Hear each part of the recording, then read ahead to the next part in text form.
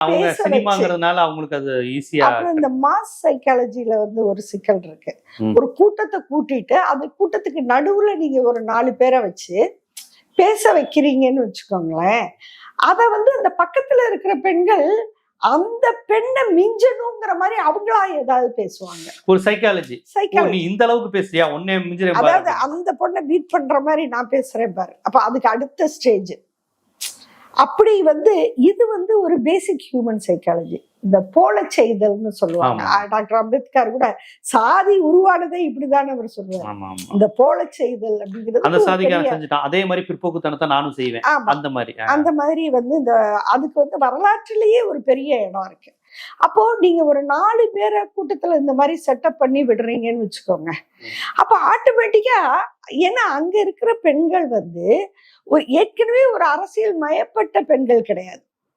அவங்களுக்கு வந்து ஒரு இப்போ ஒரு பொது உடைமை தத்துவம் அல்லது திராவிட இயக்கம் பற்றிய ஒரு சிந்தனை வரலாறு நம்மங்கிற ஒரு ஐடென்டிட்டி வரும். இப்போ ஒரு கருப்பு சேலை உடுத்திட்டு வரக்கூடிய ஒரு பொண்ணுக்கு தான் யார் என்பது பற்றி ஒரு ஐடென்டிட்டி இருக்கும்.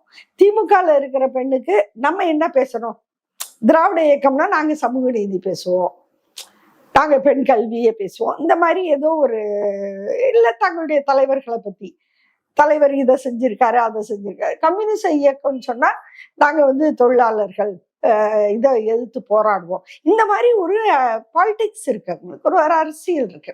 இப்ப இவங்கள்ட்ட வந்து எதுவுமே இல்லை.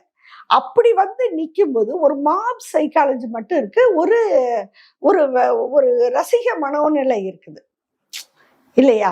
அந்த மாதிரி ஒரு இடத்துல ஒரு 4 பேரை இப்படி நீங்க உருவாக்கி பேச வச்சீங்கன்னா அந்த நீங்க செட்டப் பண்ணாத பெண்களும் அதை பேச தொடங்குவாங்க.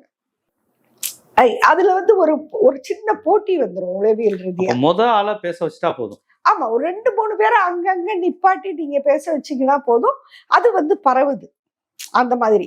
அப்புறம் இந்த மாதிரி இப்ப வந்து எல்லாருக்குமே வந்து ஒரு பெரிய பிரச்சனை இருக்கு ஜீவா. அது என்னன்னு கேட்டா, நம்ம முகம் கேமரால வரணும். அது ஒரு பைத்தியமா இருக்காங்க. ஆமா. அப்புறம் வந்து அதுல அந்த வியூவர்ஸ் எண்ணிக்கை இப்படிலாம் செஞ்சா ஏதாவது கோமாளித்தனம் பண்ணா இத்தனை பேர் பாக்குறாங்க. Okay okay okay. அதாவது அந்த லைக் கீழே பின்னூட்டத்துல திட்டுறத பத்தி கூட அவங்க கவலைப்படல. நெகட்டிவா இருந்தா கூட பரவாயில்ல, போயிடுச்சு, இவ்வளவு வியூஸ் போயிடுச்சு, ஒரு செகண்ட்ல போயிடுச்சு. அப்ப என்ன ஆயிடுச்சுன்னு சொன்னா எல்லாருமே என்ன பேசுறாங்க, என்ன நினைக்க ஆரம்பிக்கிறாங்கன்னா, நம்ம என்ன பண்ணா நம்ம வீடியோவுக்கு அதிகமான ஒரு லைக் வரும்.